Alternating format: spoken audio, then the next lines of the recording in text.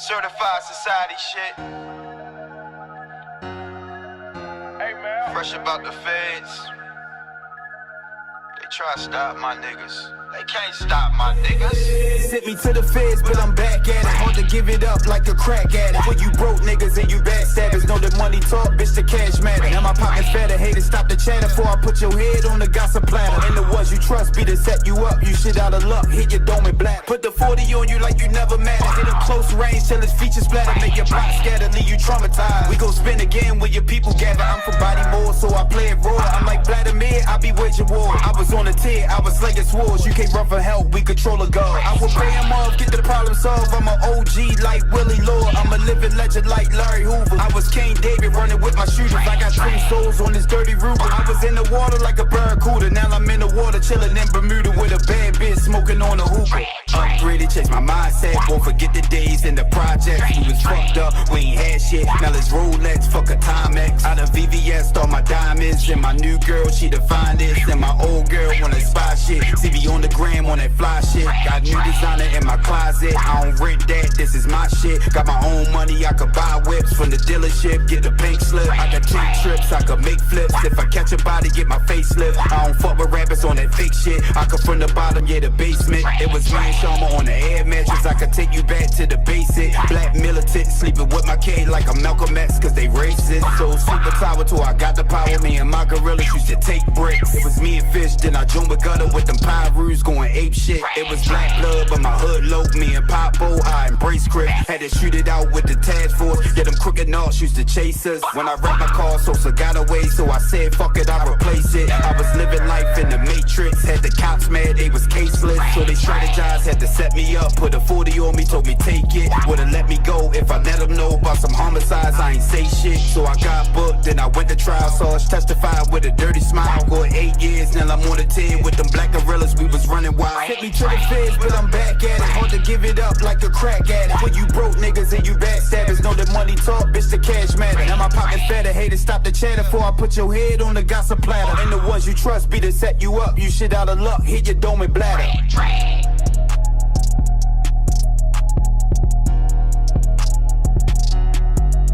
Yes, yes, yes, yes, yes, yes, yes, yes, yes, yes, yes, yes.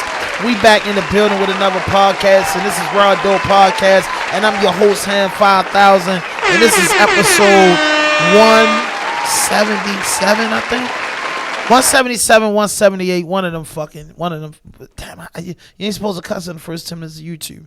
Gotta bleep that out, Lee. But hey, man, back in the building with another podcast, man. It's your boy, Ham 5000, man. It's the Rawdope Weekly, man. I got the guys in the building, man. You already know, man. Leader Genius behind the boards. DJ Vylo in the building, man. Uncle Sean stopped past and chopped it up with us. Shout out to Kenny Fatso. You know what I'm saying? Digital Impact Mike, my squad. You know what's up, man. To all the podcasters that's doing it, we salute you 100%, man. It's a beautiful day in Baltimore, man. It's August the 2nd. Man, August the 2nd, guys. And listen, we just coming off a big, beautiful weekend. You know what I'm saying? We did, give ourselves a round of applause, man, for doing that live podcast this weekend. And thank you to everybody that showed up, man. Over 100 people showed up, man. The lady, what's her name, man? The lady in the community that allowed us to use the venue.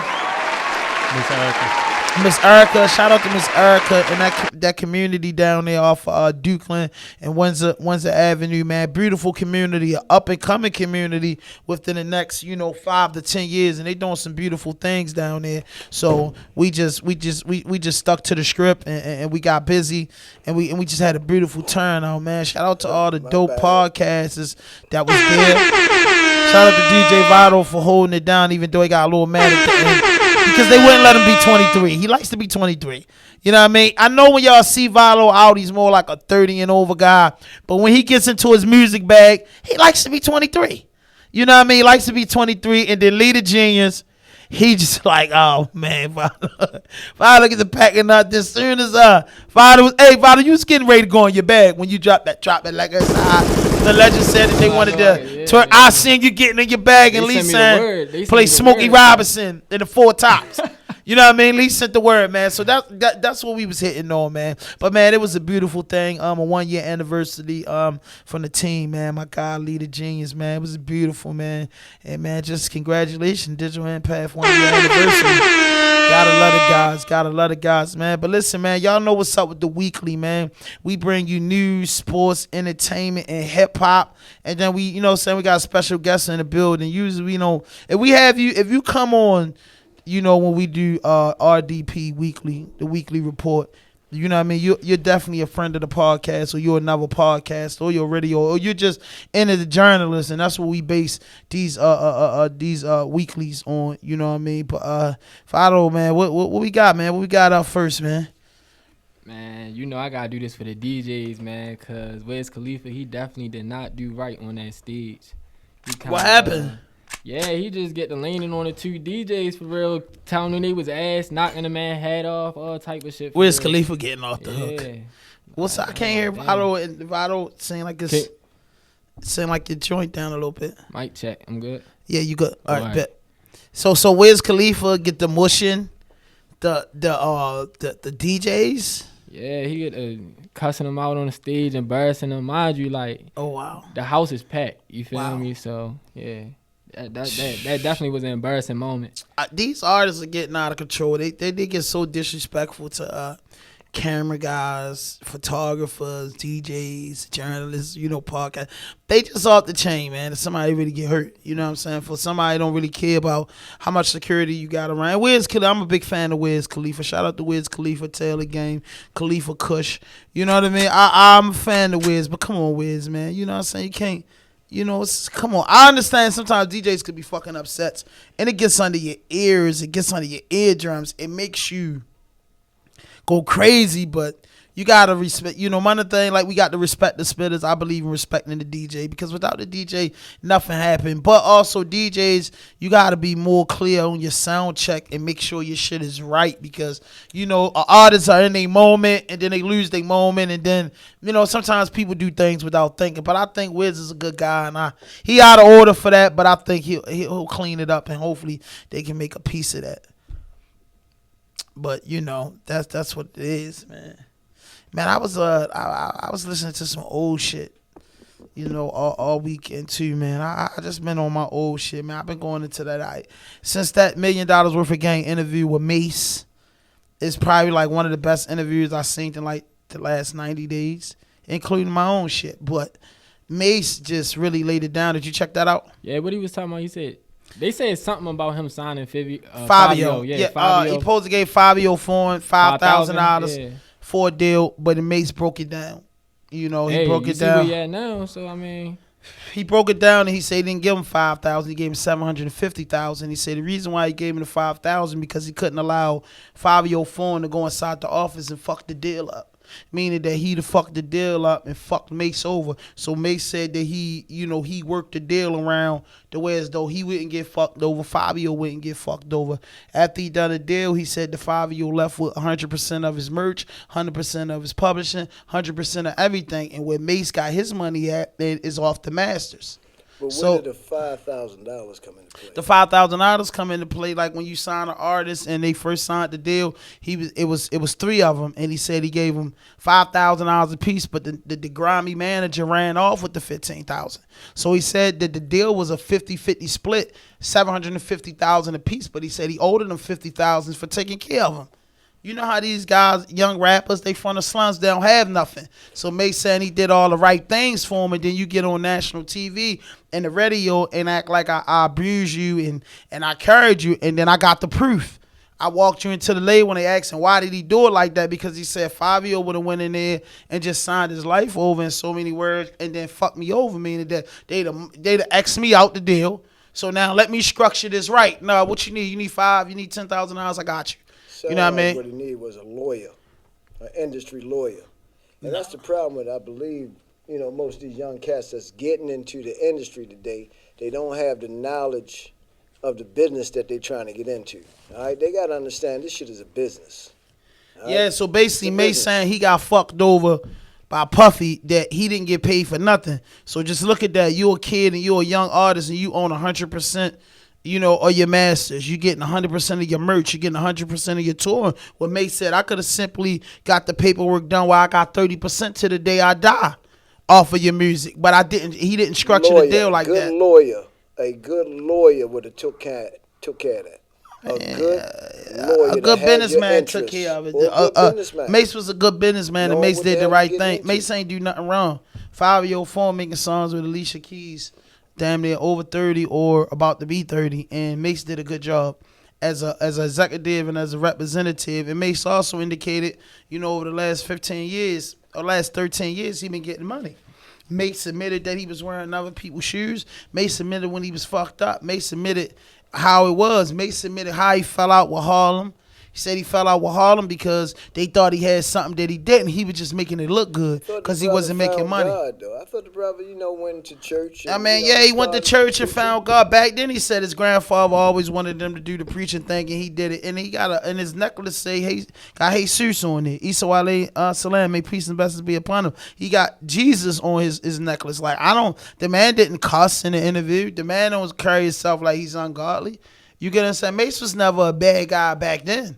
You get what I'm saying? He was a good artist, but he said what Puffy did to him, he didn't do for 5-year-old. And what dudes is getting done to artists of the day, he didn't do to 5-year-old. And 5-year-old's rich. Bro, knowledge, knowing the business that you getting yourself exactly. into, so who would you rather deal with? Somebody that been pimped and know how it is, or somebody just out to get you, just gonna get you a lawyer and set you up? But a lot of times the lawyers be in cahoots with the labels. Exactly. So you gotta definitely be aware. That's what Mace was. That's what Mace got him. That's what Mace did. Mace set everything up so no rinky-dink lawyer could come around because Mace they only burn people that they don't know. They're not gonna burn you if you've been in the game since '95. Stupid. All right, they burn people that's uneducated. They burn people that don't people have that don't know of what but they a lot of people don't know into, now. Bro. That's the whole problem. Hey man, listen, y'all. You can't make it seem like that somebody, a 22-year-old artist, people fucked up and $100,000 look like $1 million to somebody that's starving. We get that. A lot of these great artists that's in good position now learned how to be good businessmen after taking business losses. So Mace was 19 years old when he turned the deal. He thought that I could trust this. If you pay attention to the girl that's saying "fuck nigga free" when she get on the plane with Yo Gotti, she didn't even look at that motherfucker. She just signed it. Right. You know what I mean? Said, she a just fucking lawyer would have told your ass not to sign that shit unless you read it. Bro, I continue to say, bro. Knowledge, man. Knowing what the fuck you getting yourself into. All right, learn the business that you're trying to get into. But what I'm saying is... Rapping, all right, lyrically, is probably 10% of the fucking business. All right? They don't give a damn how hot you are. How bad you are, how hard you spit. It's about how much money has you made us at the end of the day. You got to make us some money. I wouldn't even say 10%. Really, it's only rapping, only like 5%, because everything about business now. It's all about the money, bro. Don't get that fucked up. Yeah, but you missing the point. We understand it's all about the money. Yeah. But you're not going to tell me everybody that stepped into business ran and got a lawyer and did things like that, bro. Like, people make mistakes, and you learn from experience. You're talking to a man who has lost well over $1 million trying to get on in the music industry, all right? What's going on, man? Shake my hand. Thanks for coming out to the podcast party. It was a huge success for everybody that came out. I did not forget. We got some giveaways to do. We got a special announcement. I want to make sure that you know what's going on with that because we had a lot of winners. We had a lot of people show up, a lot of crowd participation. And, of course, we got to thank you the right way. We want to make sure we complete the mission. So stay tuned for details and developments are on the way. One of the things or the problem that I was having with the artists that we had on the label, all right? The artists didn't want to listen to management that was telling them about business, okay? Because when you get so many niggas in the hood telling you the hottest, spitting nigga, ain't nobody fucking with you, you become a legend in your own goddamn mind that you don't want to listen to no fucking body, all right? You think you got all the answers and you know it all. So when someone suggests to you, brother, maybe you just need to get an entertainment attorney that will make sure you don't fall into these pitfalls and these traps and shit or fuck with these sharks that's in the water of the industry that's looking to take your money. Right? A lot of artists don't even realize. A lot of artists don't even realize you don't even got to be that, I guess, big. Well, as big of an artist to get paid for your money. I mean, to get paid for your streams for your music. It's a whole different business today. Yeah. It's a whole different business from when I was trying to get out. Yeah, that's what I'm saying. It's a whole different business. You don't gotta be the but most well-known artist. I understand adaptation, okay? I know how to move with the times because, why? I'm a businessman. All right, something I was trying to get the young cats to understand, bro, is about business. Knowing what you're trying to get yourself into. All right? This is the music industry that you guys trying to get into. All right? It's about selling music now. Selling it. You're providing a product to the public. It's about supply and demand. And if you don't have a demand for what you putting out there, ain't nobody gonna buy that shit. Yeah. You gotta create a demand for your audience, your market, and you gotta show that you have that demand to the people that's willing to put the money behind your ass. So if you don't have those numbers to show that you getting those demands and spends and shit on what you got, ain't nobody gonna put no goddamn money behind you. Cause ain't nobody gonna know who the fuck you are when you drop that album. Yeah, you right. Hey, you just gotta check out that $1 Million Game interview, $1 million worth of game interview with Mason. Maybe you could, put in the comment box about the lawyer and shit. But what's the next joint? What we on? We don't want to get too much stuck on that. We got Jada Youngin, the death of Jada Youngin. Yeah, man. Somebody ran in his house and shot him in his house. Was he still living in the hood? I don't even know too much about that situation because the information I seen his grandfather. Somebody said they ran in his house and shot him and his father. He died from his wounds, but they were saying Dolph, like, you can't get a whole bunch of money and still be living around. You can't really, when you get to a certain level, you gotta deal and look out for the community from afar. You know what I mean? And I think that's the situation that they ran in his house and grimy ass niggas. And 9 times out of 10 it was niggas that he knew. Probably set that shit up. Probably so. Yeah, these grimy ass niggas out here. They said you got blitzed or something like that. Yeah, they ran up in his house. And he was from Baton Rouge or Louisiana somewhere? Yeah, somewhere. So that was tough though, bro. Like, you ain't even safe in grandma's house. I remember grandma's house used to be a safe haven. At one time, at grandma's house you could go high. That's grandma's house, yo. But that shit different. Don't matter today. It just don't. So what else we got? What else been going on throughout the week? It was something that was on the tip of my tongue that I seen. The monkeypox. That shit nasty. Yeah. And then we got the. They saying New York. And I just came from California actually. And they said they about to go trouble. In state of emergency. I think that's like because I was in like in the mountains part like Northern California, but I think is it California state or is it like LA? Because Los Angeles, I think I has to be. I just don't think California. So. I mean, yeah, they. So I'm guessing that's some weird shit stuff. Is going around, And once again, educating yourself on prevention, all right, on how to keep your ass from catching that shit. That's the number one thing. Knowing about how to contract it, how it's spread, who's spreading it. Again, education, I feel like people don't really know what to believe because there's so much false information being leaked too. So it's like you don't really know who to believe, what to believe. Misinformation. It's tough. And a lot of people look at these Instagram blogs and they just think like, oh, that's what's going on. But in all reality, they're not even reputable news sites or blogs releasing this information. Yeah. Then we got the white woman who triggered Emmett Till lynching. Yeah, she's still alive. She got found. They didn't see her in 20 years. They just found her. I mean, like, what they trying to charge her? Yeah, so a lot of people, they saying, like, we got... They should be charging her. They murdered that boy. Yeah. They should be charging her ass because I agree if your with that. ass did Let's something clap wrong, for that, man. She need to be... That's right. She need to get the death penalty. They murdered that boy. Rest in peace to Emmett Till. She needs the death penalty. Some of that crimes that they commit, they need to pay the ultimate price like everybody else pay. And that's something that a lot of these kids today don't realize. This shit wasn't that long ago. This woman's still alive. All right?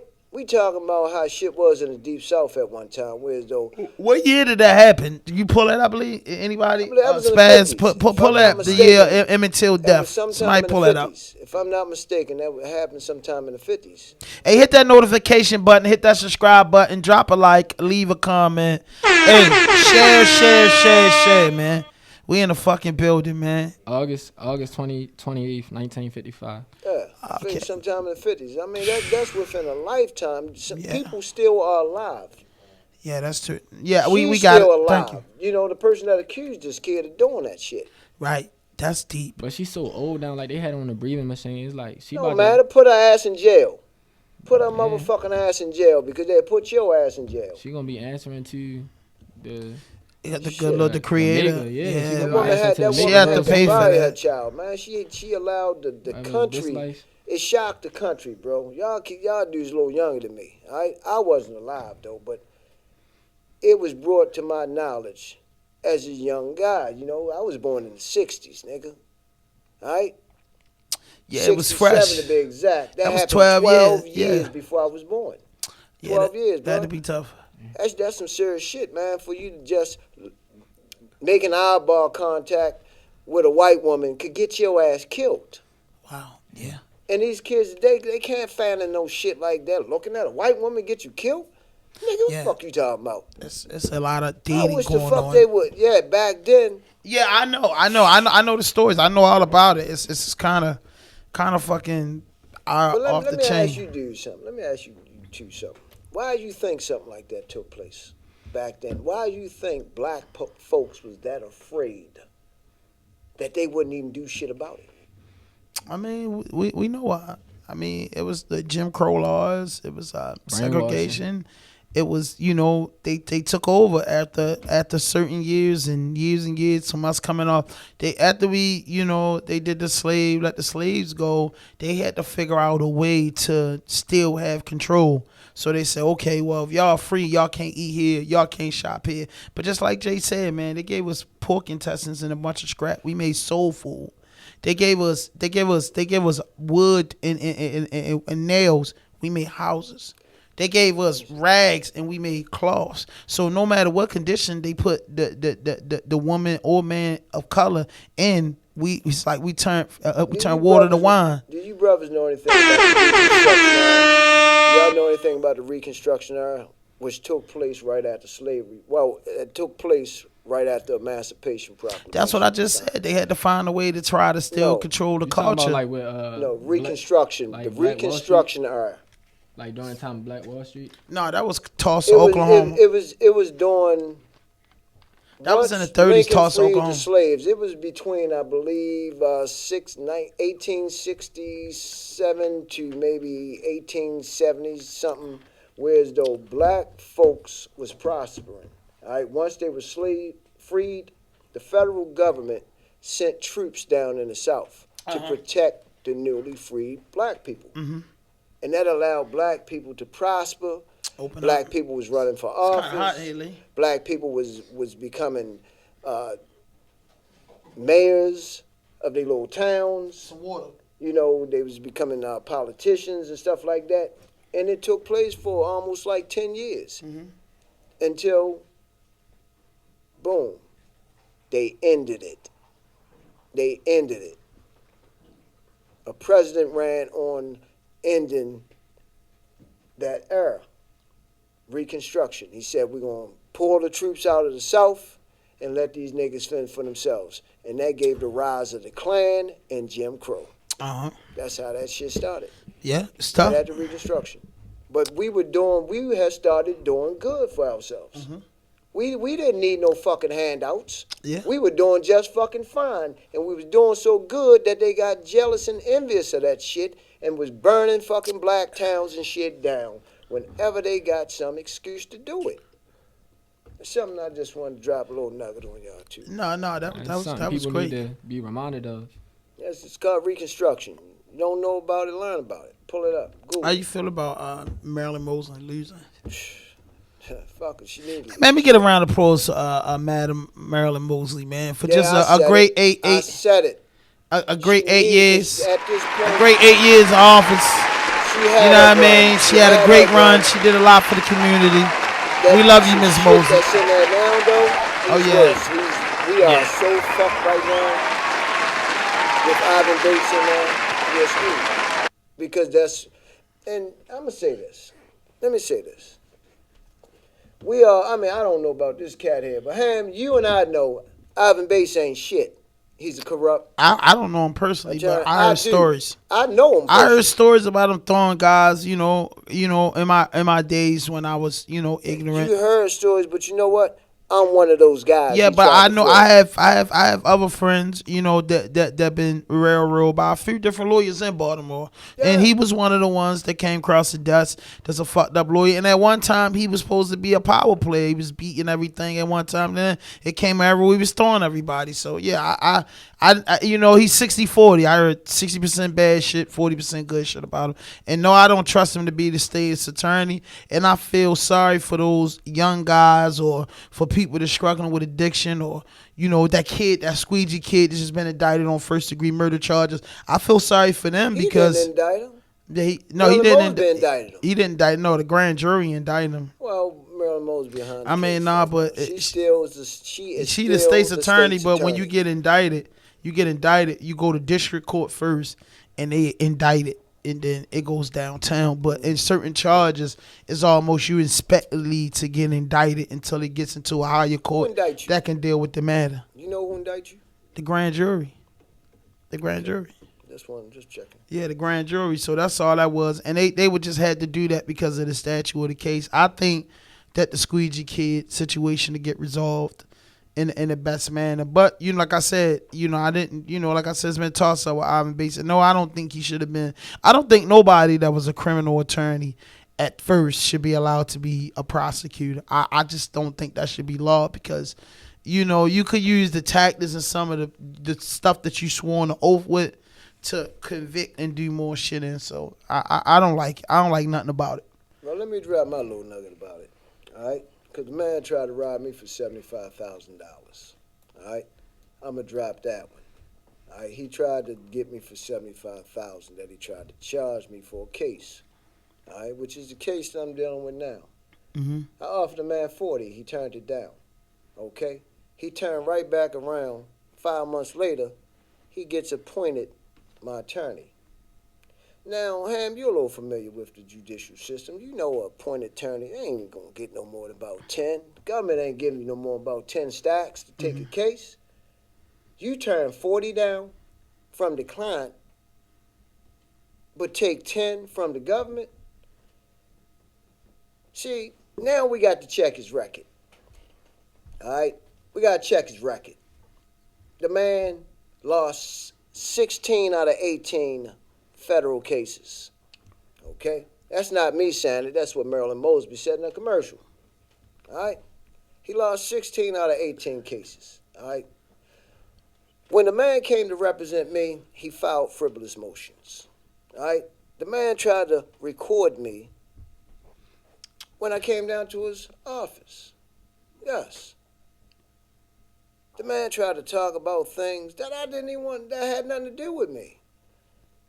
But then I was, told, man, that man ain't, that's what he do, try to throw you.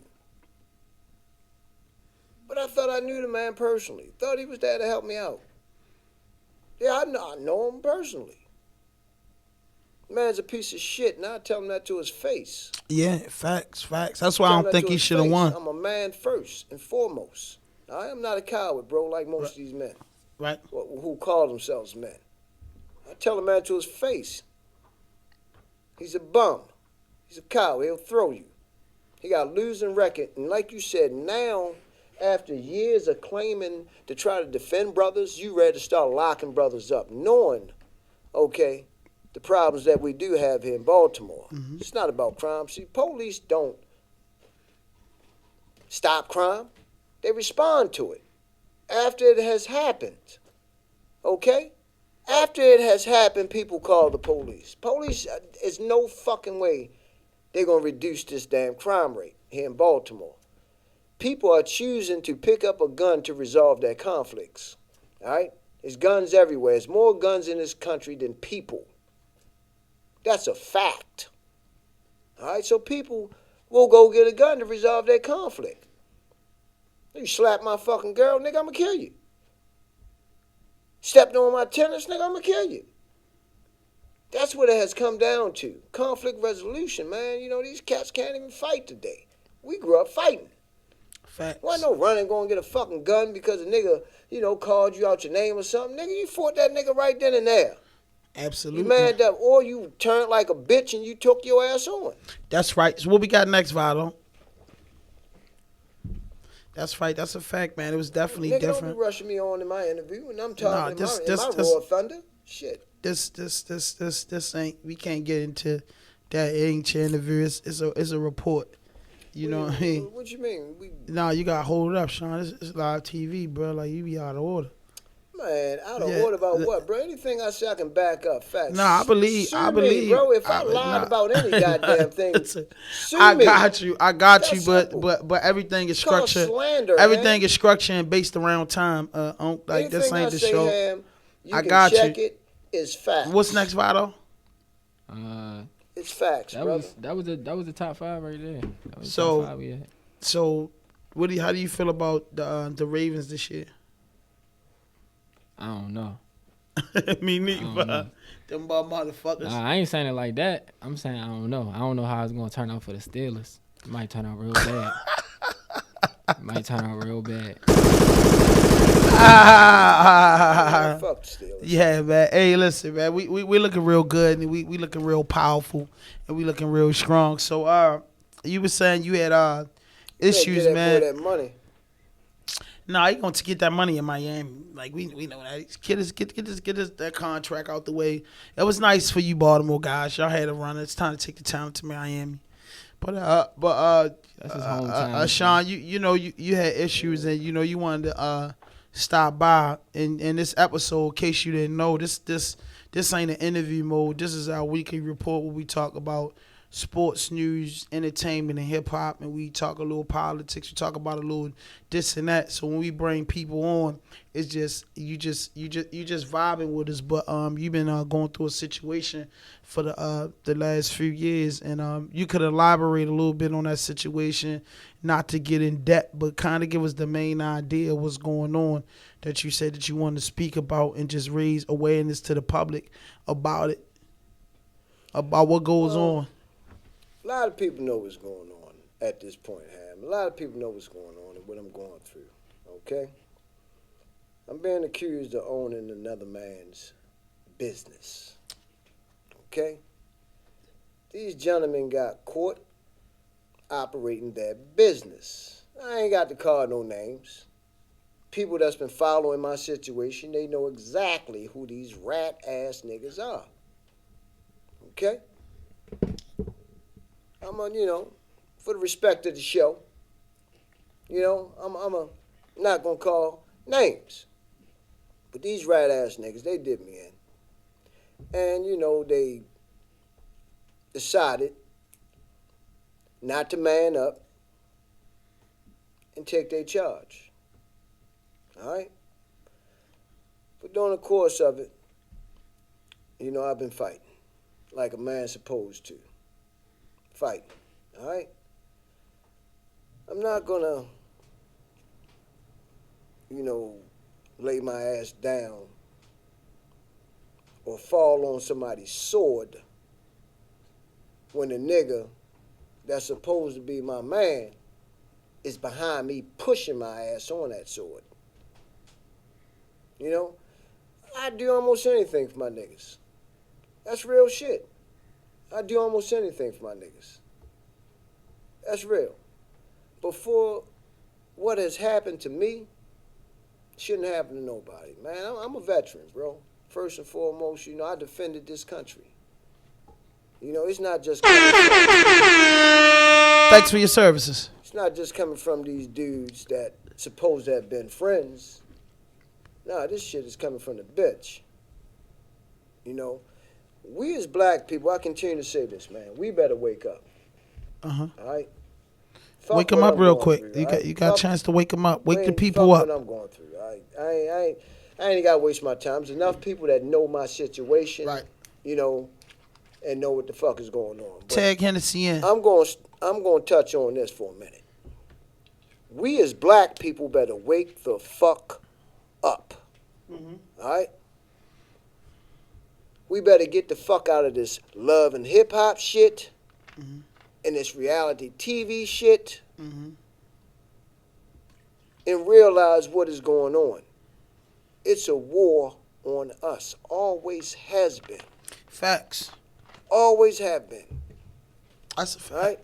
I ask you brothers a question. Do you know why that shit happened to black people? Why this shit has been happening this long to black people? It's not just because we were slaves, no. It's because we're cowards. We're cowards as a people. All right?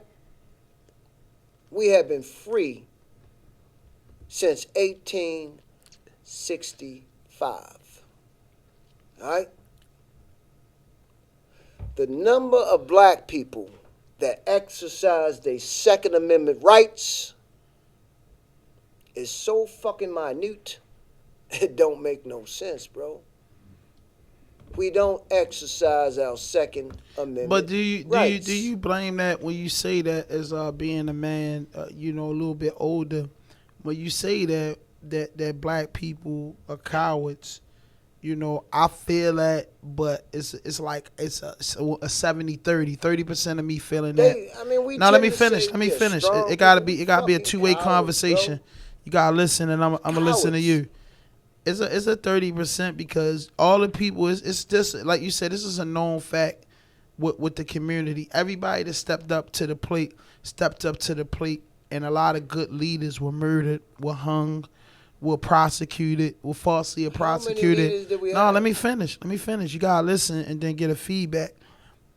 All the people, we had a lot of leaders from before slavery, after slavery, before the birth of Christ, after the birth of Christ. But a lot of our leaders, you know, was hung and murdered in front of a mass. That's a fact about, it's a lot of them, but just some to name, you know, Dr. King, Malcolm X. You get what I'm saying? A lot of people were murdered. Even people that stepped up and act like they was rising with the culture was murdered. So I wouldn't say that people are coward, but it's like it's an old saying in jail. Not When the you average. let me finish. I When can you start- want I can listen, count 'em. listen. You can't count them I'm because talking it's about people that came mainstream. before you. Mainstream before it was cameras and computers. It was thousands of slaves that tried to escape that was killed. It was plenty of people rising up against the slave Why masters don't you ask that me was what killed. do I mean when I say that? No, I'm gonna Why don't ask you you ask me that, that but first? you gotta listen to what I'm saying. So I don't think that the people was of cowardly acts. It's that it's a consequence when you rise up against the oppressor and you start getting a fire behind you. They know how to put the fire out because a lot of people that say it or not, they fear death. They feel losing their You're day getting so job. far away from what I said, bro. Go ahead, man. So Elaborate that's on why I it, 'cause said you should go- just go ask. Show ahead. me what you mean by that.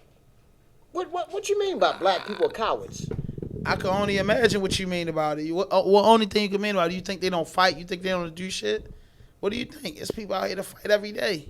Why I say they cowards, Ham? Black people can be cowards the Because way that we switch up on each other. It can be white cowards the people. way they do that amongst each other. There could be cowardly acts that we commit violence on each other. So when it fuck Let me the white give- let me- people, let me give it's you my a lot reason of why I say cowardly that. acts that's done. But I wouldn't say we're a coward for rising up against Let the me give you my oppressor. opinion, all right? Let me give you my I'm opinion listening. I'm of listening. why I say that. All right, I'm mine. listening. My opinion. And you give your opinion, Wylo, and you give your Yeah, opinion, right. It's my Lee. opinion. This is just my one drop in the ocean. Go ahead, All drop right. it. The reason You why I got say some water that, Ham, sounds? I continue to say black people don't exercise their Second Amendment rights. See, that's what white people And the do, Second Amendment rights is what? That's Freedom of speech, what- right? brother. What's the Second No. Amendment? It's The the right right to to bear bear arms. arms. The right to bear arms. Okay, I Right. apologize. That's your First Amendment right, freedom of speech. And the second one's the right to bear All arms. right, you gotta slow down, brother. No, Let me no, say you this. right. Let me say this, bro. We are cowards. Most of us are. We teach ourselves, boy, don't man, you better not go, nigga, don't go, man. We are culturally conditioned. Here in this country, we are culturally conditioned to believe white is superior, Black is inferior. I'm gonna take this from my man No, Joe we don't believe Madison. that. All right, Joe I Madison. ain't This never this believe one that. from my man Joe Madison. I'm the just saying, Black I never Eagle. believed that.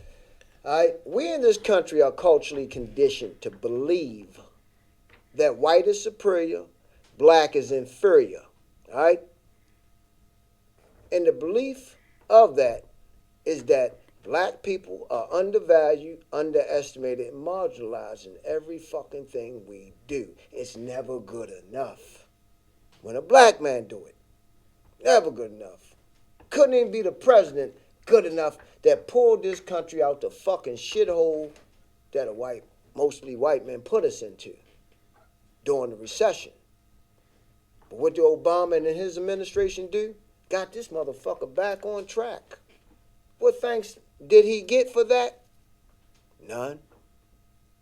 None. They elected Trump.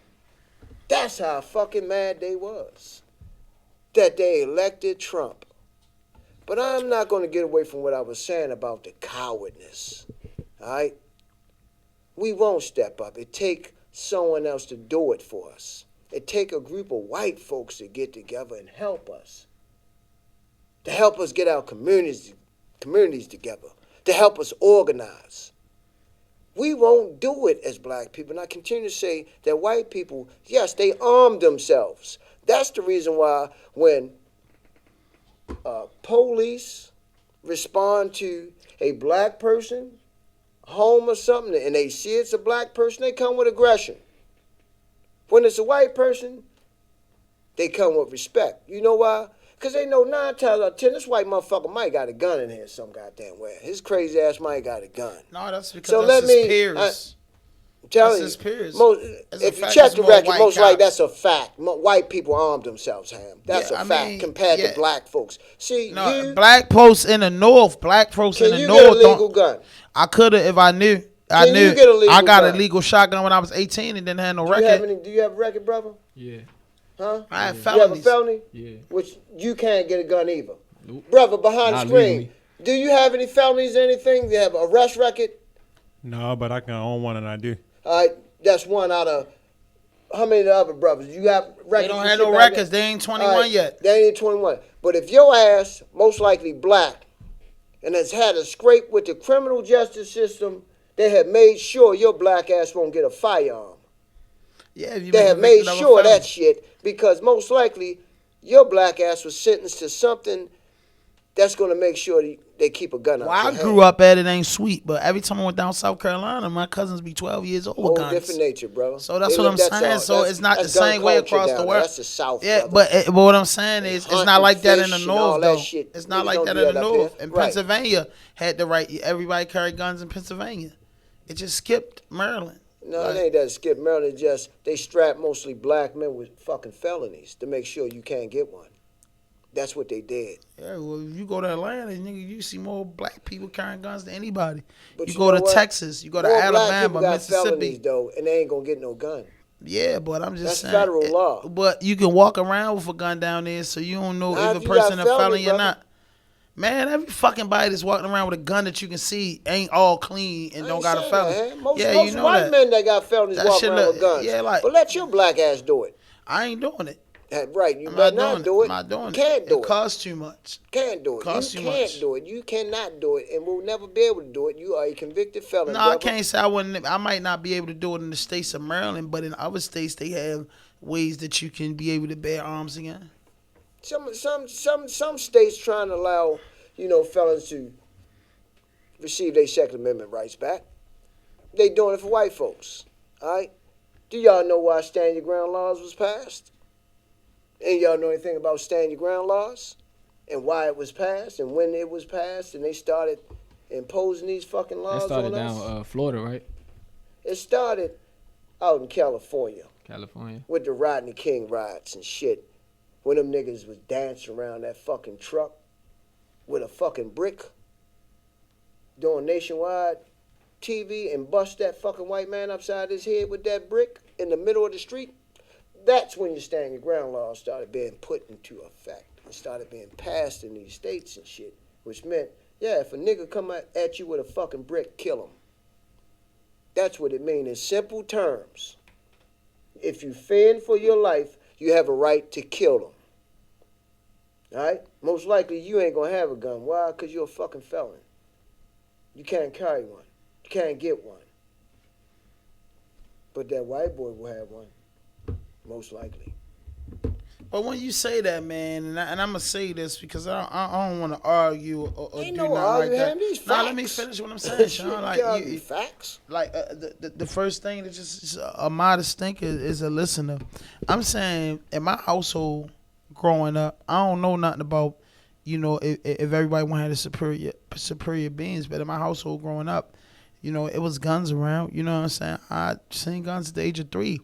But all these niggas that had the guns were felons. So in the white community, they grow up where as though they don't walk out their house at 9 or 10 years old and can just go around the corner and be chased by the police and charged. So therefore, they become at 18 years old. I purchased a legal shotgun because the probation before judgment wasn't a problem. I went in Kmart's and brought a shotgun, a double barrel shotgun. All my homeboys did it because we was legal to buy it without IDs. I choose to break the law and took my right. Ham is not a registered firearm. Well, listen, okay, cool, but I was able to go in there and purchase it. But at 21, when I got locked up for my first gun, I didn't know the law, just like a lot of people did. So when they caught me with the gun, I had the right to have a gun because it was on my porch. But I didn't know to just tell them, hey, this is my gun, it's loaded, it's not stolen, run the serial numbers.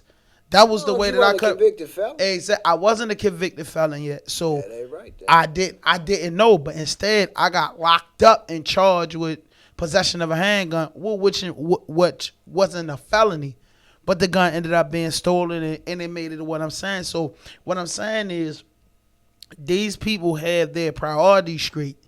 We're being taught something different in the urban community and what they taught in farmland or Farmville. Their dads take them fishing. Their dads take them hiking. Their dads take them how to go, what's it called, Boy Scouts.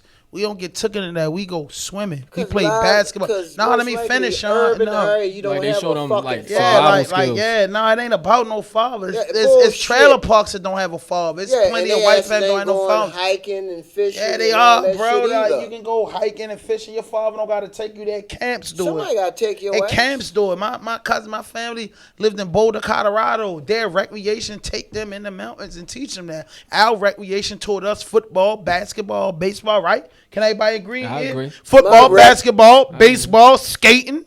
Guess it was time to be a carpenter. Sailing, motherfucker. Yeah. Projects took me down and taught me sailing too. Yeah, they taught us that too. I mean, well, your project is an Fishing, exception because I know you're going to put it like well, then, I mean, so, but they took you sailing, so you acting like the regular shit that I'm saying. Nobody told you that you can get a gun at a certain age. We were cheated out a lot of shit. Tell me, Ham. Because you was born smart. You was born smart. Just you know what I'm saying? I'm just saying, I mean, for me, if your mother and father, listen, I'm gonna tell you like this: if your mother and father ain't do dope, we ain't on the same level, so we can't talk the same way. Our lingo ain't the same way. So you got an image that we don't got, so you can't relate to the ghetto the way I can. What the fuck is you talking about? I'm just saying you can't. My brother was murdered at fucking 19. My brother was murdered, and what I'm saying, what I'm saying, your mother and father didn't do it, so it's a different. It was a difference. What you talking about? Because you was an idiot. I was a dope fiend, motherfucker. You was an idiot. But you was an idiot. Yeah, you made it out of it. Let me ask you but you this. was an idiot. What's your excuse, all right, for this idiot surpassing your ass in life when I was fucking a dope fiend and crackhead and all that shit? Nothing.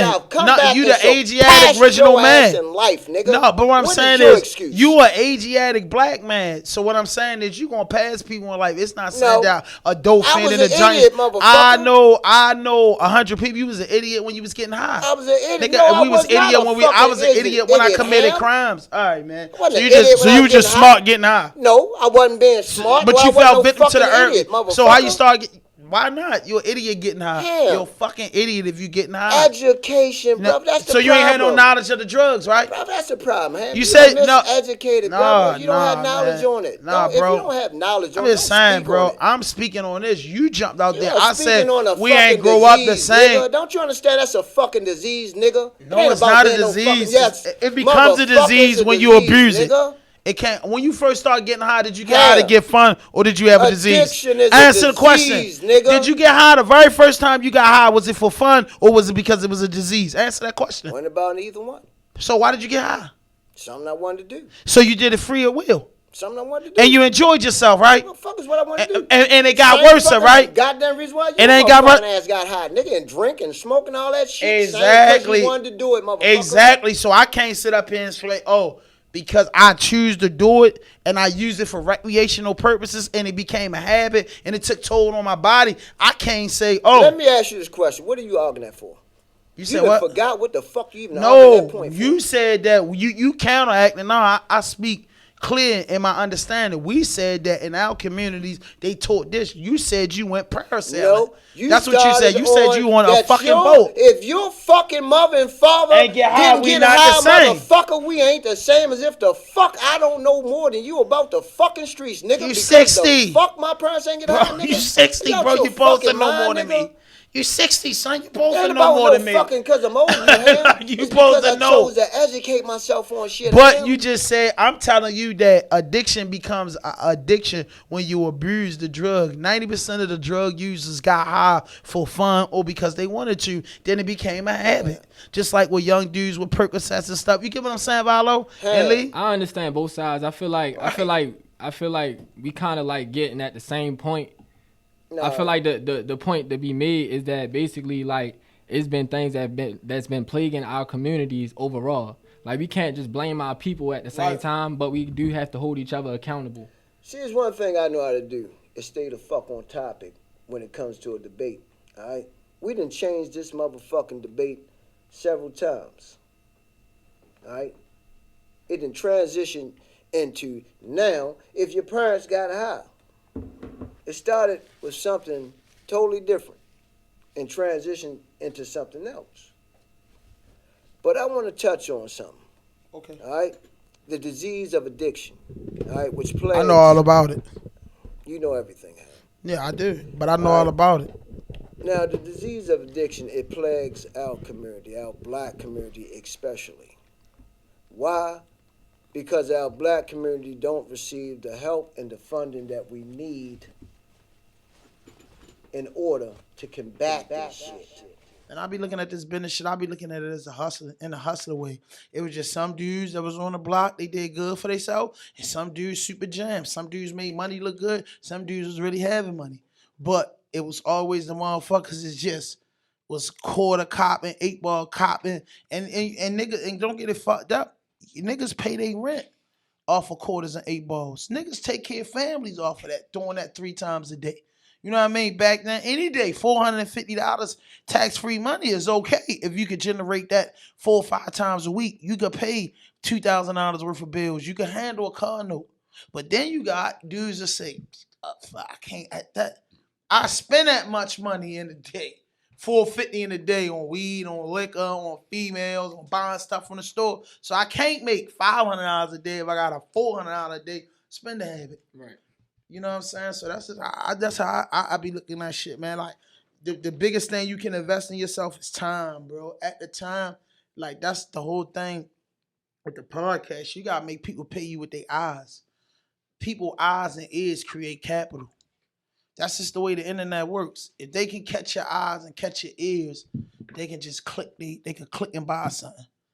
I like what you said. Just it. That's it. It makes it so simple. If I like what you saying, and 90% of people cards hooked up to their phone, and your card is usually in the little box, whereas though if you want to buy something off of YouTube, buy the movie, you can just hit your card. And it can get done. Pay. It can get done in 1 minute. Apple Pay with your Navy, Federal, whatever bank you with, you could just pay for shit instantly. So you gotta look at that. If you can get 1 million people to pay with your eyes, you know what I'm saying? You know the average motherfucker that got 1 million subscribers get 300,000-400,000 views. You know what I'm saying? And then you got motherfuckers with 200,000-300,000 subscribers, they get millions of views. You know what I'm saying? So it's like people pay you with your eyes, man. It's a click of a mouse. So, you know, just building out the question. Yeah, artists invest in themselves, but artists' entourage need to invest in the investment more and take heed to what's going on because there's always motherfuckers in the corner and the left and the right that's watching and saying that they could do better and they could take you to the next level. You get what I'm saying? It's just always people that think that. That's why I always be telling my nephew and anybody, you watch Ray Charles the movie. Like, I don't be knowing what y'all watch movies for. You might watch movies to get some pussy, or you might watch certain movies and documentaries just to watch them, but watch that shit and really get the message out of there, because these little movies and pictures be having real life situations in it. And the worstest thing to the African American community, the two worstest thing that ever happened to black people was money and fucking segregation. You know what I'm saying? They the two worstest things that ever happened to our community: money and segregation. Integration. Whatever, just rolling with them white people and just being cool with everybody. You know what I'm saying? You know, whatever, you know the word that I'm looking for, but that's it, and that's the problem. And it's like, it's bad, bro. It's bad. You know what I'm saying? I don't say no artist names, but some artists, it's a couple of nice artists out here that I'll be like, yo got the hella following. Yo get the views on YouTube. Yo not moving nowhere because he simply got lazy ass homeboys. These artists ain't moving because everybody wants to be in the camera. You feel me? You too busy trying to be in the picture and you too busy to want it. That's what they said that happened with Damon Dash and Jay-Z. You know what I'm saying? Somehow, some way, they just saying, hearing all the stories, it's like, like, you know, the cameras making all the fucking noise ain't called for all the time. You get what I'm saying? I agree. I agree with you saying, like, a lot of artists, they don't really peak because they don't have their team around them to really pick up that slack, or at least not pick up slack, but add fuel to the fire. Yeah. But at the end of the day, sometimes you gotta look at it and be like, well, if I know that they not doing this, you know, and I'm trying to go somewhere and I'm trying to get here and they're not doing their part, or they're not trying to pour into me, it's like you got to reevaluate your circle. You can't nobody new come in and help you get to where you're trying to go. It will happen if you that time that you can't. One thing for sure and two things for certain. The real people, because you got two types of people: you're real or fake, or you're 50 player. But real people say it hurt more to not take people you love with you to the top. You know what I'm saying? When you get to the top of your talent and your ability can get noticeable, because there's people in offices always, it's people that get paid to look for podcasters every day. It's people that get paid to look for new artists. It's people that get paid to look for TikToks. It's people that hawk these social medias all day to make thousands of dollars to find out what's going on, what's marketable, what's reliable. When you got your entourage and shit, if they doing a part instead of doing your part, you know what I'm saying? Vylo was saying it in Dirt Joint. Like, if you doing your part instead of doing his part, like, either you're a rapper or you not. Either you're a journalist or you not. Either you're a cameraman or you not. Either you're a manager or you not. Either you're security or you not. If you play the role that you signed up for and play that position to the hardest, you're going to conquer the top level of that position. You understand what I'm saying? You're a DJ. If you say, yo, we going on tour and we doing 50 shows and you the DJ, you stepping outside your box when you say, if you know I could cut every day and I might just be like, I do the intro and I cut and I say, yeah, ha, yeah. And you get cocky and start thinking because you say, damn, just say Joe Blow, just nice as a bitch, the crowd feeling them. You know what I mean? You get mesmerized by Joe Blow, you start doing shit that ain't in your set. You know what I mean? Joe Blow tell me what the fuck. Yeah, this Vylo, motherfucker. Did you it? The fuck, bro? Like, you doing something other than your set. When it's these millions of people and you should be trying to get off of your set and sell your t-shirts. You should be getting off of your set. You should have hired a promo team to say DJ Vylo if you rolling with this star. So what would you say for the artists? Because a lot of artist situations, like we just said, a lot of artist situations is that their team is not working and they're not adding that fuel to their fire. So what would you recommend to that artist? I recommend that artist keep working till you get that look, and then, hey, niggas, what's it called when you go to a job and you get demoted, and then at the end of the day, you know you gonna have your homeboys say, hey, nigga, you ain't come back to the hood, I'm gonna do this and I'm gonna do that to you. Nigga, I live in California and you don't make that much money to travel. Okay, see me when you see me. You know what I'm saying? So people get demoted because you don't want to pay your job. Like, I feel like, for me, I speak for me. I can't speak for nobody. Every little rap situation in my neighborhood or up Park Ice or anywhere that I told a nigga I was down, I just gave my all into the situation because I felt as though if I was in that seat, I'm going to do what I would do if I was in your seat. If I say I'm with you and you the star, I'm going to roll with you and do everything you need. Ain't no shame in my game because I know if this shit blow, I'm going to blow because I'm writing in my head already. I'm in my journalist. What I'm gonna do?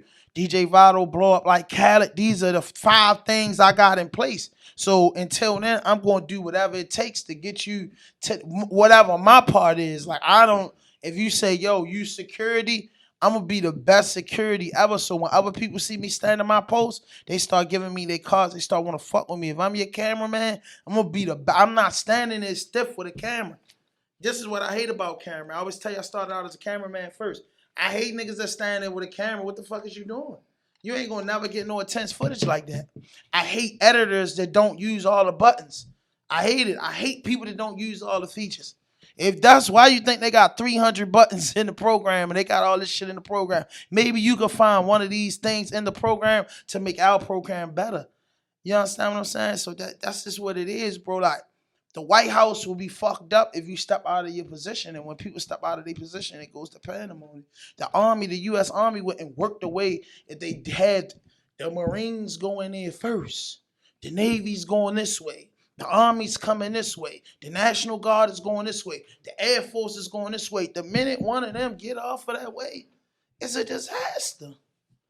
It's a known fact. It's a disaster. People gotta more so play the longevity game and be willing to be patient for their success. People gotta want to make a business out of a business. Meaning like just Starlight Kicks, as he sell hella sneakers.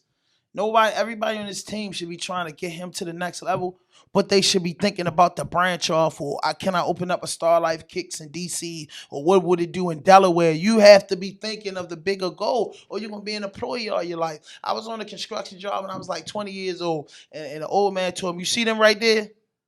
I said, "Yeah, they make about $18 an hour." Me back then in like 2000, $18 an hour, a lot of money. He said, "See them right there? They make $30 an hour. See them right there? They been on the job 15 years. See them right there? They been on the job 3 years. What you think the difference?"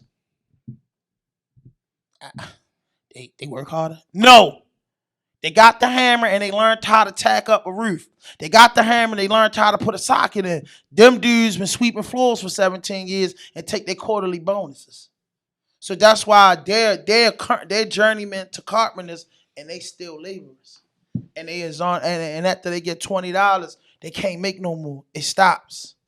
You know what I'm saying? So it's like, bro, it's like people get content. People get comfortable. People get content and get real comfortable. And I'm just glad we're speaking about that, because it's even with jobs. I used to tell people, like, how could you work for a company for 20 years and you don't know the blueprint to start in that specific company for yourself? It don't make sense for me. Everybody don't think like that, but I'm just saying, it don't make sense. I don't do nothing. I go in the movie theater and think about, like, how can I get my own caramel in a fucking movie theater? Like, that is a fucking great hustle. If I'm at the fucking laundry, man, how can I get my quarters to recycle in these? You know what I'm saying? Like, you have to be thinking about everything I do. I'm just thinking about how can I get my way? How can I make a blueprint off of that already built business? Like, I would never work for nobody in no 20 years or nothing and don't build my own in the process of me helping them build that. That's what I mean. If you were the artist and you do everything he's saying, he blow up, he gets to baby level. Why he shouldn't have to double back and give you $1 million, bro? Because at the end of the day, I don't give a fuck what's going on in the hotel. Maybe in the beginning, I do, but now, I got the little baby shirts. He's 3,000-4,000 people out there. I know I'm going to sell 100 shirts at $100. So when I get back on the tour bus, I made 10 racks myself. Regardless of what he doing, I made 10 racks myself. And every show I'm doing this, and if he doing 10 shows and I got 100 shows, selling 100 a pop, man, I made a lot of money. 10,000 times 50. You know what that is? You know that's $500,000 you just made off a little baby show, and you made hard cash just selling the show. Everybody been to concerts, and people out there selling the shirts. You been to the circus, people selling shit. You get what I'm saying? People outside, you people laugh at them people with the little balloons at the circle and say they a bum. Nah, these millionaires are making millions off the tickets. I'm about to be out here and make some money out the arena. Look at that. That's where the hustle started at. Pay attention to anything's in the arena. People are out there. The Raven games grew. Tons of people got Raven Memorials because Art Modell, the millionaire, is making millions and billions in our city. Let me make some crumbs. That's what makes sense. That's real shit. You know what I mean? The Oreos was winning. Come on, man. Smart motherfuckers is printing up Oreo shirts and going down there. You're going to sell them. You're going to sell them. But guess what? The Orioles built a big ass stadium and the team start winning. So anybody that wants to be an entrepreneur can make money off of just Oriole being on the shirt. And it ain't even it even run deeper than that, because now you gotta think about the businesses in the area. You gotta think about the everybody eat. See what I'm saying? So for the people that had a bag 30 years ago when Camden Yards opened up and they straight opened up the Pickle Pub and those restaurants right by the Raven Stadium, they were thinking that they not getting the money that Art's getting, but they getting a piece of the pie without Art being in their pocket. So it's the same thing. If I'm with Dirty Room and I got all the Dirty Yo headbands and shirts, and I sell this shit for top prices because everybody come to concert, everybody want a memory of this, I'm eating, bro. And I ain't got to ask yo for shit. And when we come out the road, man, I'm a 6-figure guy. I'm a 6-figure guy, and I don't owe him shit. I don't owe him nothing. If anything, he gonna be like, yo, you made what? Yo, you made $500,000 off t-shirts with my face on it. Yeah, like, God damn. Hey, nigga, we need to get the website. Now he want to partner up with you because he like, damn, yo, Vylo made $500,000 in 60 days off shirt. And they really get done like that. Any event they having, bro, Pride, like, I'm not into that, but Pride was just a big event to sell LGTGB community shirts. It's a big event. You done made $1,000, I promise you. You know, off of that big event. So that's what it is, man. That's what television do. You know, you get the money, you create a radio station, you find great content, great shows, you put them on your station, you pay them, you get them a contract, just say, oh man, I like your show, I'm gonna give you a $50 million contract. That means that I'm gonna pay you $10 million a year to do your content. What the fuck is you making? If you willing to give me $50 million, $10 million of it, what the fuck is you making? A whole lot. You know what I'm saying? So everybody feed off each other. Entourage just got to do what they got to do, bro. Like, because at the time, you know what I'm saying? They said this, the E-Man said this in Islam. It's the same thing with business. He said, learn your prayer, right? Learn your Fatiha. Learn Quran. Learn Sunnah, because non-believers of Islam will call you on it. Meaning that the first thing that a kuffar, a non-believer want to say is, man, why you ain't pray today? Or why you ain't eat that? Or why you did this? Or why you did that? Or why you did that? You know what I'm saying? Yeah, that's a fact. And that's just how it goes. So when you say, if I say to myself, I'm a journalist, and a motherfucker say, okay, they ask you certain questions. Like when girl was like, oh, why you always watch the news and why you always watch this? Because you gotta be able to answer a question when you say you in this business. If I play basketball, nigga says a 5-court hold up, I can't, even though I can't run no whole court. I'm just be real with you. For no whole game, I ain't really stepping out there. I'm telling them, I play horse. I play horse. I can't really be out of breath. I play horse. Not whole court, 5-on-5. That ain't my game. But I'm going to play horse. And then I'm going to go probably get a case of waters and sell it to these sweaty motherfuckers when they finish running up and down the court. You know what I'm saying? That's just a hustle. And I try to teach that to my nephew, Spaz with the bag. Like, yo, make everything your office. You know, when I used to shoot videos, many years ago, I used to tell my guys, like, yo, Baltimore big as shit.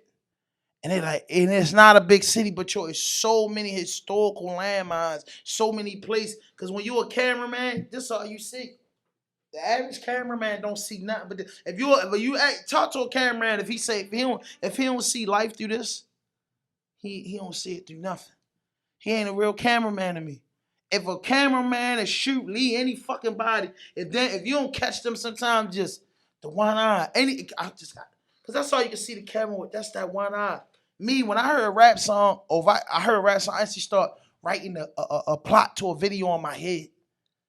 Cause I should do the camera shit. I'm writing a plot in my head. I'm just zoned out, just listen to the song. Like, I would do this, I would do it like that. You know what I'm saying? Because you a cameraman. So if I keep saying, yo, Vylo, the cameraman, or this and that, what happens? Motherfucker, what's it? You the camera, you gotta know. And the richest thing and the best thing, the worstest thing and the best thing we ever been blessed with is the biggest rat on earth. The cell phone. The cell phone tells you every fucking thing you need to know, from car parts to physics, everything. You know what I'm saying? It tells you everything. So it's like, damn, yo. Shit that used to cost you $25,000, $50,000 to get is free. Vylo became a millionaire off of Google. Just everything he ever wanted to do, he hit Google. My nephew, people call me all the time. People, do you see the fucking DM? People ask me some of the idiot. Motherfucker just not even being funny. Me and Los was on live last night for about 30 minutes. Yeah, I caught that a little late. As you can see, 20 followers come through this. So somebody gets brave enough and asks me, hey, buddy, if you can do me one big favor. I'm thinking it's something for me. Can you I'm about to read it to you. Just shit's funny. I just say, this is how the world goes. This is what a person texted me earlier. And they don't even know. I ain't even got the motherfucker on my shirt. I think it's it. This is how it goes. If they says this to me. They say, peace, wavy vibes. My name is Venus Love, the Skywalker. I am an independent artist and would consider myself to be a lyrical superb goat, as the goat himself, King Los. Can I please send some music to you? And if you like them, can you please consider me the King Los?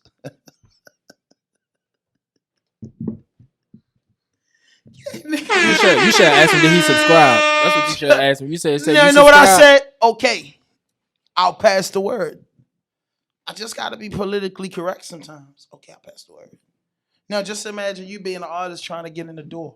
People do this like this. You know what I'm saying? People do that. So just imagine how many people who just think, yo, this man just had a heart-to-heart conversation with this man. As he spoke, they speaking as they grew up together. My demo got to get there. But I'm like, damn, bro, that's the right thing to do is like get it to him. You know what I'm saying? But it's like, how you know 10,000 people didn't ask that same question? Exactly. You feel me? Exactly. 10,000 people, and then what makes you think if I pass this on to him, he's gonna listen to it? You get what I'm saying? Or I pass it on to him, he'd be like, this is trash. You know what I'm saying? But at the end of the day, I respect it. The person shot say, your jumper. Yeah, you shot their jumper. You know what I'm saying? Ain't nothing I could do with that. You know what I'm saying? I told him I will pass it on to him. Hey, bro, this artist said check their stuff out. Will he listen to it? Nah. If I pull it up while we on the live, yeah. But you know what I mean? I'm quite sure, like he said, he doesn't give his email out because people. I mean, I respect artists. Not even just artists. Just let's just say creators. Like I respect creators just shooting a jumper. But like, I don't know. Sometimes I look like, ain't niggas just tired of rolling the dice? Like, you know what I'm saying? Like, I don't know. Like, I would want to increase my chances. I would want to increase my chance to actually get in front of King Los. Like, I see you at the top. That's the biggest thing that I could tell people. Yeah, work. You Put gotta the work work, in. bro. Like, you gotta work. And you know what I'm saying? Like, you gotta work. Like, make yourself notice. You gotta work. Like, you gotta work. And then the part that is really, really saddening in our community is that people will go punch in the clock for those slave masters and give them the all, and really it'll be hurt if they get fired. Be on a but job, if we on a hauling job, or we demo in a house, or we trying to flip a car, you ain't giving that same energy because you ain't based off of net pay. I posted something like a salary is only saying kill your dreams. A proposal raise ain't nothing to say. Stay here with us, and we gonna keep giving you $1. You get what I'm saying? We gonna keep it. Boy, we can get you up to 30 in 5 years. What the fuck I look like? You know what I'm saying? I was just fucking with numbers the other day, and I was like, yo, if you get $10,000 a month, that's 120 racks. So if you get fucking 5,000 a month, that's 60,000 a year from our community. So now think about this: 60,000 a year is 5,000 a month. How many people in our community actually getting that?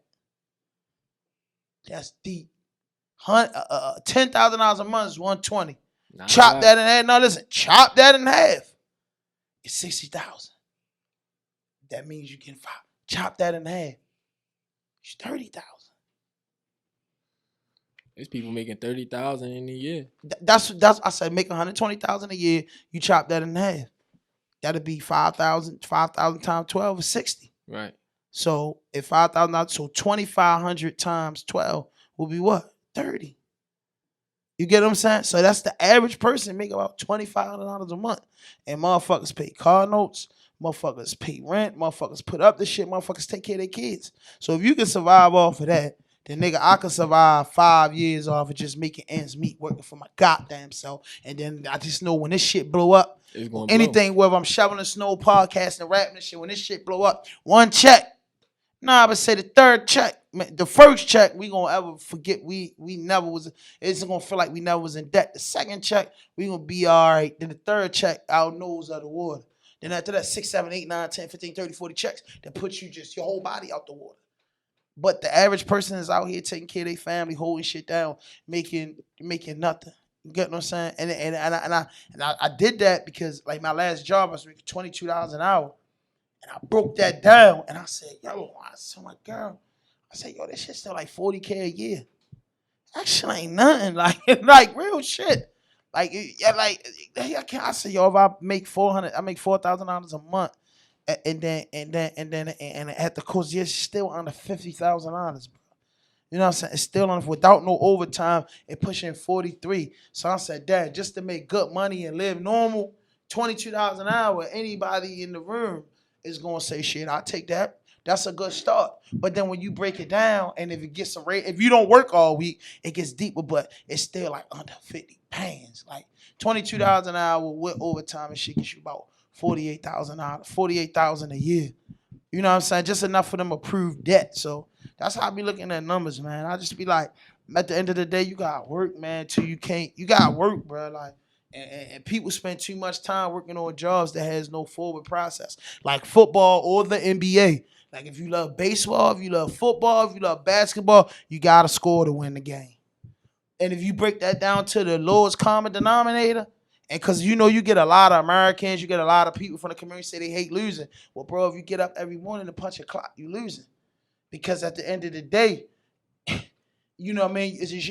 Your whole goal is to go to the championship, and no matter what sport you into, you playing it, you get the money. You playing the sport to get the money, but you want the chip. After you get the money, you want the trophy. Because how many times you heard people say, "I got the money, man. I just won the ring."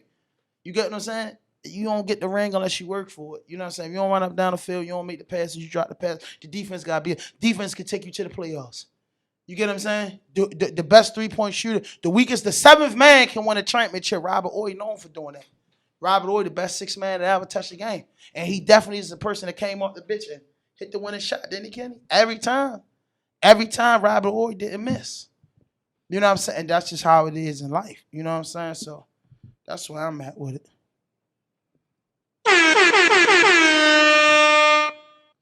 That's exactly where I'm at with it. But yeah, man, it's just a work effort. It's all about working, man, and being dedicated, man. You can't spend the rest of your life and just one day is over. You know what I'm saying? That's how you feel about it. Yeah, I mean, like you said, you don't one day this shit gonna all come to an end. You know what I'm saying? We all gonna have to face that fact that we gonna be in our deathbed. You know what I'm saying? And when you look up, you wanna be like, man, I did this shit. Like I wrote this shit out how I was supposed to ride this shit out. I said I wanted to do a class, right? I wanted to get all my friends together. I said probably like the end of the year, and I'm gonna ask them. Everybody at the table. I'm gonna invite different friends. I'm gonna invite my hustling friends, my successful friends. All I'm gonna say, yo, let's write our obituaries. That's the most deepest shit a nigga could say. Because I read obituaries quite frequently because so many people die. Write your fucking obituary. Is your obituary gonna say he was born to Fannie Jones and John Green, got his education in Baltimore City High School. He survived by his 3 kids, Keisha, Johnny, Erica. And he got 5 aunts, Lisa Mae, Nadine, Christina, Irene, and Uncle James. He loved hip-hop. He liked to play basketball and this and that. And his son got a poem. Yeah, that's what niggas shit be saying, bro. It be one page, page with the pictures. I remember I was in a halfway house and we went to the dude that ran the halfway house obituary. The shit was a book. And this man was 70 years old, Marines. He pledged in the Alpha. He was with the police department. He did this with the city. He got a Nobel Peace Prize for that. He got this. And I look at that and look at my daddy joint and be like, the clock's ticking. So when you look at that shit, yo, I don't know if people think I'm crazy, but I be looking at it like, damn, yo, at my age, I be like, yo, 60 ain't really old. Hell no. Because just remember my grandmother being 60 and she could move around and do everything. Mm-hmm. And then you be like 70. God damn, man, Cicely Tyson just died at like 89 or something. So you be like, okay, 70 and, you know, you get, look at Hugh. Look at Huey Hefner. Like, he died at 90 something. But look at him at 60, 30 years before he died. that he never knew that he had 30 more years of life.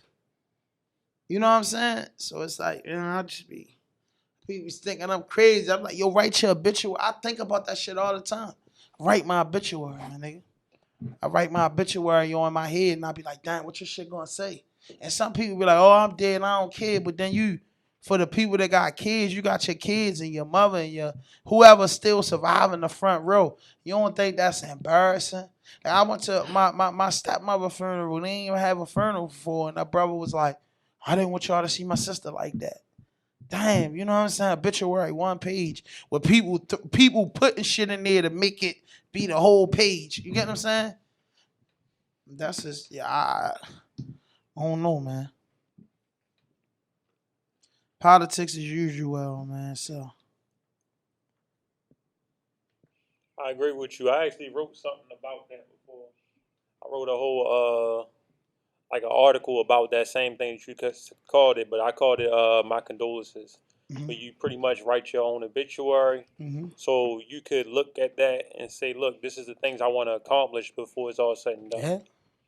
Especially if you're a person, I look at it like, cause I had children for a long ass time, and I used to sit back and look at my homeboys with kids because and that's important, cause my father told me two things, like, man, listen, man, you gonna be out there, man, just don't get too close with them girls and don't be getting them pregnant.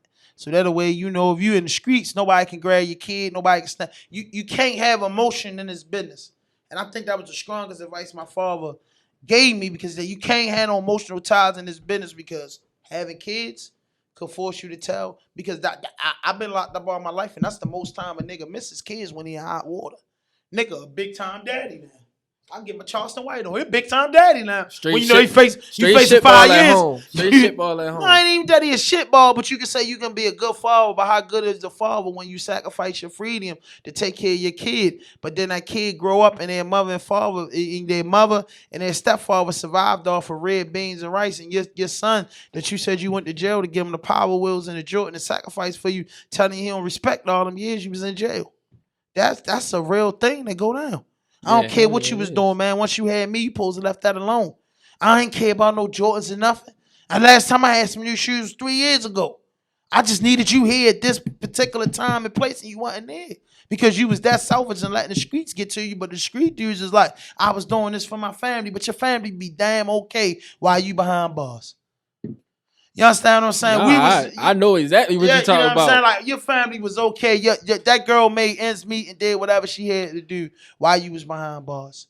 You get what I'm saying? So it's like, man, like, I don't know, man. Like you said, Lee, that's important. And I just think to my homeboys that had kids, like, bro, why you still in the streets? Like, I gotta do what I gotta do. But, like, then we grow up without our parents, and our parents going through shit.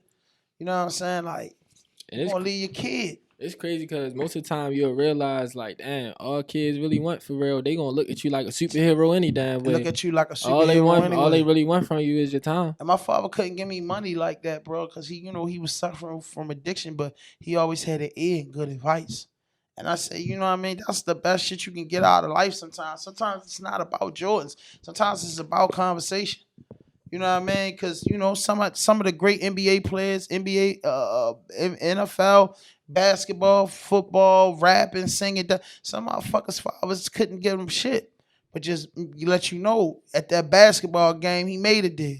That's my boy. You know what I mean? They can try and get busy when they daddy out there. Your mother in the audience, you trying to show off. But your father there, you like, I got this, Dad. I'm out busting these niggas' ass. Yeah, you know what I'm saying? But unfortunately, a lot of kids don't know nothing about that. Look at what LeBron James' mother did. But his father got to be mad. Shit, me. I be mad as a motherfucker, man. Yo was guaranteed to be rich at 12. You was a deadbeat, and you see your kid turn into this iconic figure, and you ain't had nothing to do with it. But like Jay-Z said on Kevin Hart thing, you can't really say that a motherfucker a deadbeat, because he was like, Jay-Z said, his baby brother got killed.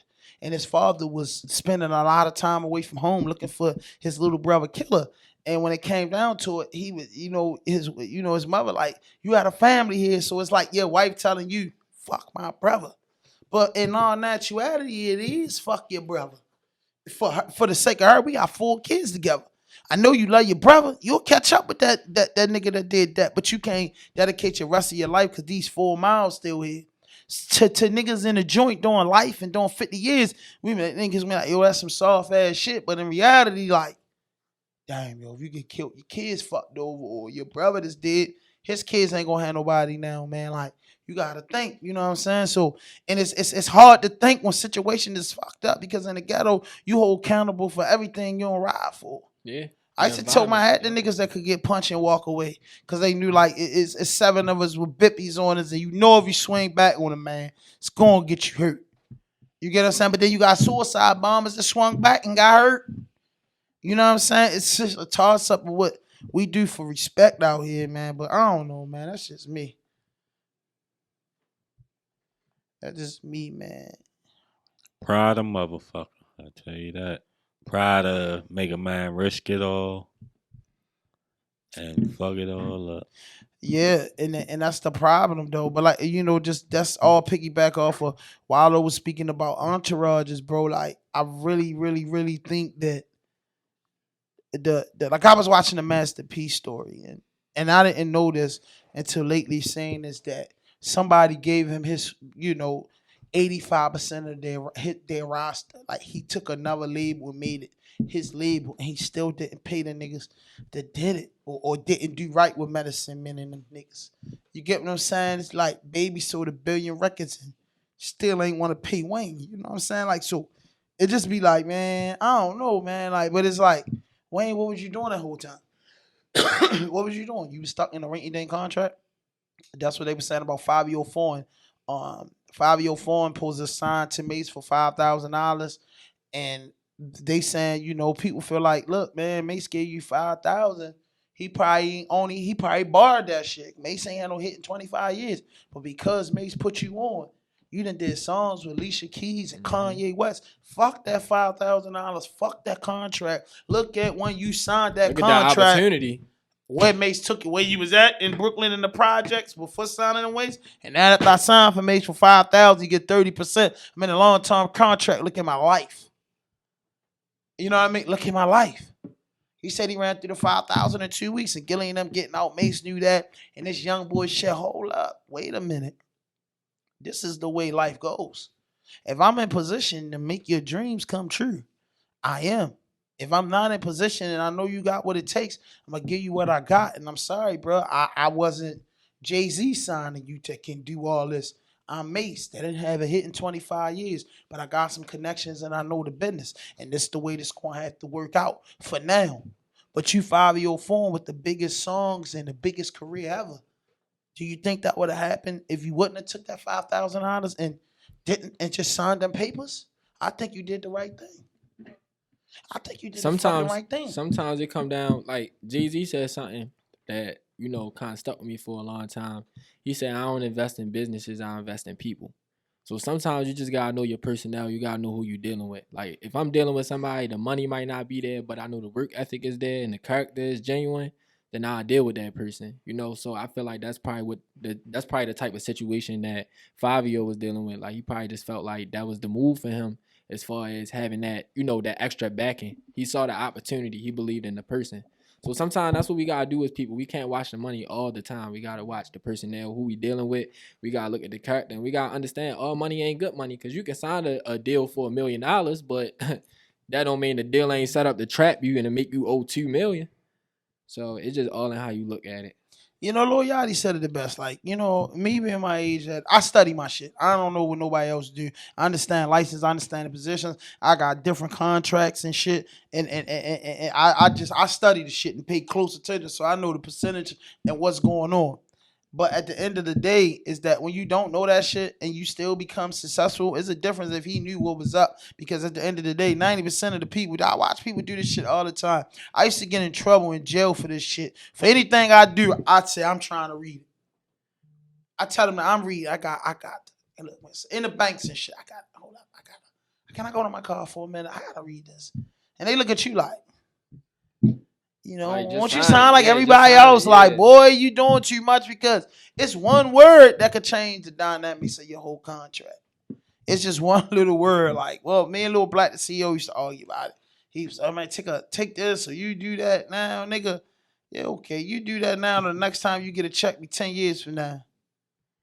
You know what I mean? Like, it is what it is, bro. Either you know or you don't know. You know what I'm saying? When I first jumped out the Porsche and started hustling, I didn't know, so I got pimped. Am I mad at the dudes for pimping me? Back then I was. When I got older, that's the game. If I can get over on this little nigga and get $50,000 worth of my shit, so and then he gotta learn as he go, then so big, because that's the way I learn. You get what I'm saying? You can't give love if you never been taught how to give love. You can't treat a woman right until you learn how to treat a woman right. So you got to experience how to fuck a woman over several times before you realize that you need to be loved. You know what I'm saying? You ain't going to shoot a ball right to somebody tell you to put a snap in your wrist to hold your hands out. And I was never Uber, but trying out for teams and learning the fundamentals. Oh, you got to drag your feet like this. Oh, you need to do this. Hold your hand up when somebody go to hold and they back. You know, you learn the things and the basics because you got to listen to somebody. You know what I'm saying? So you learn how to, you just learn how to move around. That's the same thing in the game. Like, motherfuckers should give you advice with the overall is that they knew that this corner was doing $100,000 a day, and they knew that with you having $3,000 worth of shit, it shouldn't take you all day if you was putting the effort. That's when people was running to the cars. That's when people was doing all this shit. And of course, I'm fat, so I had to realize a way to finesse that I wasn't fast enough to get to the cars. You get what I'm saying? Because I ran to the cars for a while and might miss, or my pills might drop in somebody's car when I'm doing it. Like, it was just too much. I tried. So what I started doing was going to the passenger side and jumping in the car. I think I invented that. While they running to the window showing them and the people having time, I'm jumping in the car, pull off. That became my tech move. Like, when you start coming around, man, just ride straight down the block and make the left. If you make the right, I know you ain't looking for me. If you make the left, because I'm looking at your car, I know you're looking for me. I'll meet you on the next corner. Because I couldn't beat them to the car. So let me jump in the cars and let them know. And then they realize, oh, yo, got good weight and he got something good. I'm going to holler at that fat boy. You get what I'm saying? I learned that from another big guy that I knew, Big Spike, and, you know, guys that was heavy set and how they move. Oh, the heavy set niggas not running to no sales. They already know what they got. So the thing was, when I was a kid, was like building clientele. You know what I'm saying? That's what I used to say early on about this podcast shit. It's about building clientele. Because if we could have the people coming in the corner store all day, me and you can go back to South Street and get on the podcast because we already know what the store doing. All we need you to sit in here and be a cashier because we done put in the work for the foot traffic to come here. So you ain't got to do shit but to be paid. Just like we go in Walmart, it's a well-oiled machine. Any job you go in is a well-oiled machine. All they tell you is what's your position to keep the machine going.